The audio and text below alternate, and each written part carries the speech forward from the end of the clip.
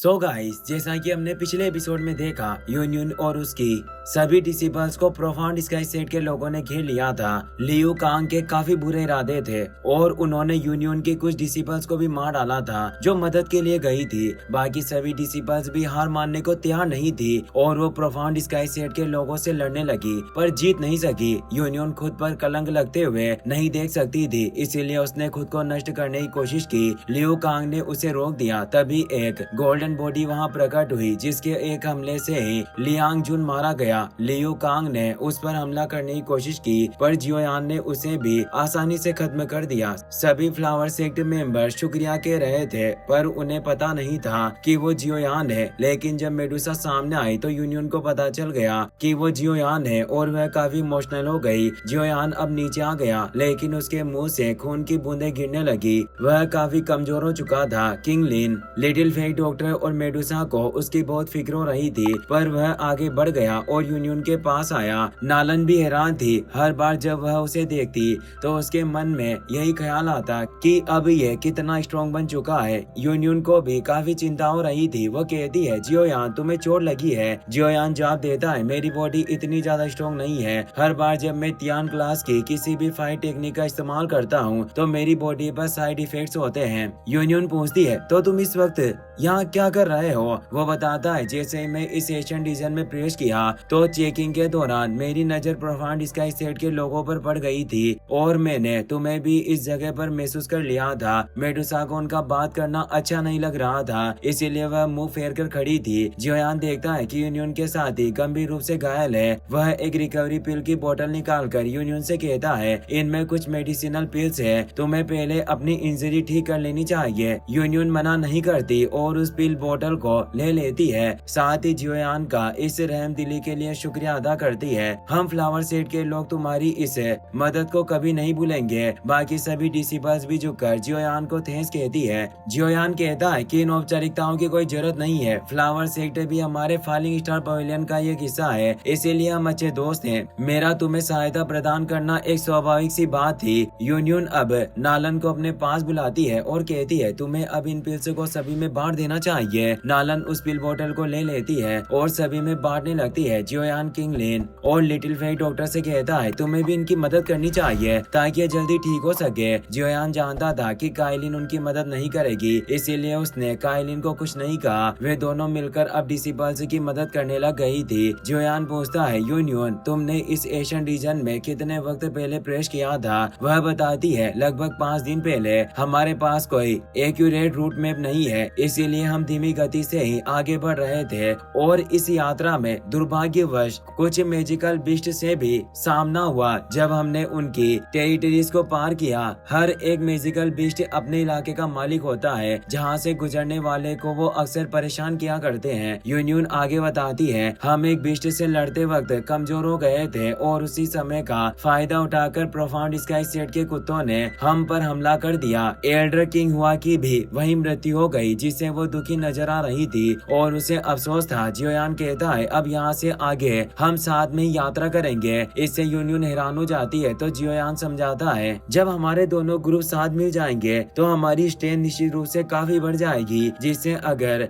आगे कोई भी प्रॉब्लम आएगी तो हम एक दूसरे की मदद कर सकेंगे। तभी सेकंड एल्डर आकर कहती है, सेक्ट लीडर, हमने अभी तक एशियन वेस्टलैंड रीजन की गहराई में प्रवेश भी नहीं किया है और हम पहले से ही काफी कमजोर हैं और उन प्रोफाउंड स्काई सेट के लोगों ने भी हम पर हमला किया। हमारा नुकसान बहुत भारी है। अगर हमारा फिर से किसी फियर्स मैजिकल बिस्ट से सामना होता है तो मुझे डर है कि हमारा उसे सामना करना बहुत मुश्किल हो जाएगा। इसीलिए हमें जियोयान के साथ ही आगे बढ़ना चाहिए। बाकी सभी डिसिपल की भी यही इच्छा थी, इसीलिए यूनियन भी मान गई और कहती है, अब हम एक साथ आगे बढ़ेंगे। जियोयान सेकंड एल्डर से पूछता है, हम अन्य सेक्ट के ग्रुप्स से कितनी दूर हैं? वो बताती है कि जहाँ तक मेरा अंदाजा है वो अब तक एशियन सिटी प्लेटफॉर्म तक पहुँच चुके होंगे। आमतौर पर वहाँ खुकार मैजिकल बिस्ट नहीं होते और उस जगह को एशियन वेस्टलैंड रीजन का एक सेफ जोन माना जाता है। जियोयान कहता है, तो हम उस एशियन रीजन प्लेटफॉर्म की तरफ बढ़ेंगे। ऐसा लग रहा है कि हमें आगे बढ़ने की अपनी स्पीड को और ज्यादा करना होगा ताकि हम बाकी लोगों के बराबर पहुंच सके। पर तभी पूरी जगह वाइब्रेट होने लगती है। सभी परेशान हो जाते हैं, आखिर हो क्या रहा है? लिटिल फेट डॉक्टर को कुछ समझ नहीं आता, लेकिन मेडुसा को अपने सेंसेस से पता चल जाता आता है और वो सभी को बताती है कि इस तरफ एक मैजिकल बीस्ट आ रहा है। मेडुसा सभी को बचाने के लिए अपनी एनर्जी से चारों तरफ एक प्रोटेक्टिव इनविजिबल बैरियर बना देती है, जिससे वो सभी गायब हो जाते हैं, पर वो बाहर का सब कुछ देख सकते थे। उस जगह पर एक विलक्षण आकार का पाइथन आता है जो एशियंट हेवन डीमन पाइथन होता है, जिसकी बाहर फाइट वेनेरेट पीक लेवल की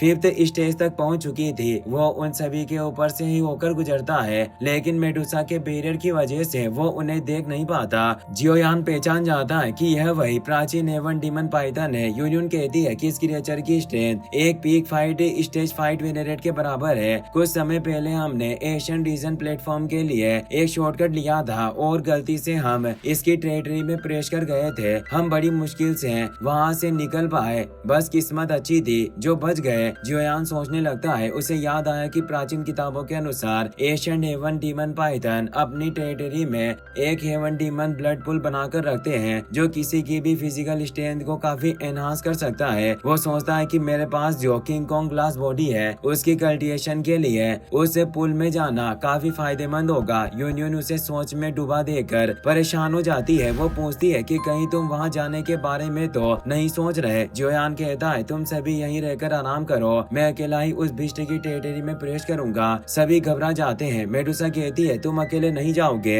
अगर उस हेवन डीमन ब्लड पूल में वो पाइथन वापस लौट आया तो तुम्हारे लिए काफी खतरा हो सकता है। तभी किंगलिन कहती है, यंग मास्टर हम भी आपके साथ चलेंगे। वैसे भी मेरे पास जो triple Z green snake flower प्यूपिल है, उससे अगर हम खतरे में भी होंगे तो मैं उस हेवन डीमन पाइथन को काबू में कर लूंगी। लिटिल फेई डॉक्टर भी उसकी बात से सहमत होती है। यूनियन भी उनकी मदद करना चाहती थी। वो जियोयान से कहती है, मैं तुम्हें उस हेवन डीमन पाइथन के ठिकाने तक लेकर चलूंगी। जियोयान उनकी बात मान लेता है और कहता है, अब जब हेवन डीमन पाइथन अपने घोंसले में नहीं है तो हम जल्दी वापस लौट आएंगे। कुछ ही समय में जियोयान चारों ब्यूटीफुल लेडीज के साथ उस पाइथन के ठिकाने पर पहुंच जाता है। पहाड़ों के बीच उन्हें हेवन डीमन ब्लड पूल नजर आता है। यूनियन बताती है, आगे जो गुलाबी रंग का पूल है वही उस पाइथन का हेवन डीमन ब्लड पूल है। जियोयान कहता है, ये एक ऐसी जगह होनी चाहिए जहाँ वो अपनी संतानों का प्रजनन करता है। वो इस ब्लड पूल को इसीलिए बनाते हैं ताकि उनके बच्चे पर्याप्त मात्रा में एनर्जी को एब्जॉर्ब कर सके, और ये एनर्जी सैकड़ों सालों तक चलती है, क्योंकि हेवन डीमन पाइथन सालों से लगातार लोगों को मारकर उनके ट्रेजर कलेक्ट करता रहता है और फिर उन्हें इस पूल में डाल देता है। और ये एनर्जी मुझे आसानी से किंग कॉन्ग ग्लास बॉडी के पीक स्टेट तक पहुंचा सकती है। यूनियन कहती है कि ये काफी कंसंट्रेटेड एनर्जी है, यानी ऊर्जा का स्तर बहुत ज्यादा है। कहीं आम लोग इस पुल के पास जाने से भी डरते हैं क्योंकि ये पुल लोगों के शरीर को जलाने की क्षमता रखता है। मेडुसा कहती है, तुम्हें इतनी चिंता करने की जरूरत नहीं है। तुम जैसे ऑर्डिनरी पेटिशनर भले ही इस पुल में नहीं जा सकते,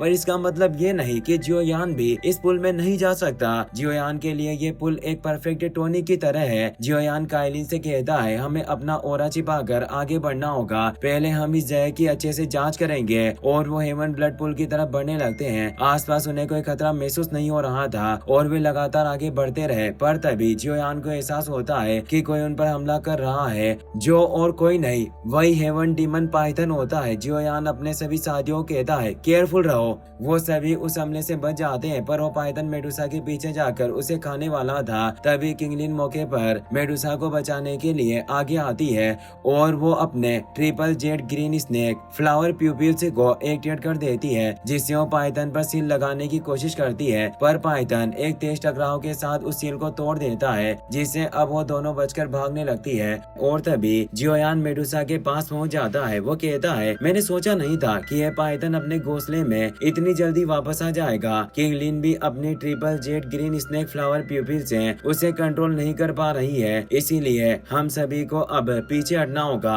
और वहाँ से भागने लगते हैं, लेकिन वो हेवन डीमन पाइथन भी उनके पीछे बना हुआ था। अचानक वह उनके आगे आ जाता है, जिससे वे डर जाते हैं। जियोयान कहता है, अफसोस की बात है कि हमें भागने नहीं दे रहा। वे दूसरी तरफ से निकलने की कोशिश करते हैं, पर वो उधर भी आ गया था। उस पाइथन ने उन्हें चारों तरफ से घेर लिया था, जिससे वो पांचों परेशानी में पड़ गए थे। पाइथन उन्हें अपनी इविल आई से देख रहा था। उसे पता था कि अगर आज उसने इन्हें जिंदा छोड़ दिया तो ये दोबारा यहाँ आएंगे, इसीलिए वह उन्हें खत्म कर देना चाहता था और उसने अपनी टेल से जानलेवा हमला किया। पर वो पांचों अलग अलग होकर उस हमले से बच जाते हैं। जियोयान अपने साथियों को निकलने का मौका देना चाहता था, इसीलिए वह सबसे पीछे रह गया और उस पाइथन को अपने पीछे ललचाने लगा। वो अपनी 3000 लाइटनिंग मूवमेंट का इस्तेमाल कर रहा था और सोचने लगा कि अगर किंगलिन इस पर काबू पाना चाहती है तो मुझे पहले इसकी पावर को कमजोर करना होगा, तभी जाकर किंगलिन की triple Z green snake flower प्यूपिल इस पर काम करेगी। अब वह चट्टानों के बीच की छोटी जगहों में उस पाइथन को ले जाने की कोशिश करता है, पर वो पाइथन सब कुछ तोड़ता हुआ उसके पीछे आ रहा था। जियोयान ने अपनी स्पीड और भी ज्यादा बढ़ा ली, पर अचानक वो हेवन डीमन पाइथन पीछे से गायब हो गया था। जियोयान को समझ नहीं आता कि आखिर वह सांप कहाँ गया, पर वह सांप ऊपर एक चट्टान पर था और वो जियोयान को खाने के लिए उस पर हमला करता है। जियोयान बच जाता है, पर हेवन डीमन पाइथन फिर से उसका पीछा करने लग जाता है। किंगलिन कहती है, यंग मास्टर, आपको इसे जल्दी हमारे पास लेकर आना होगा।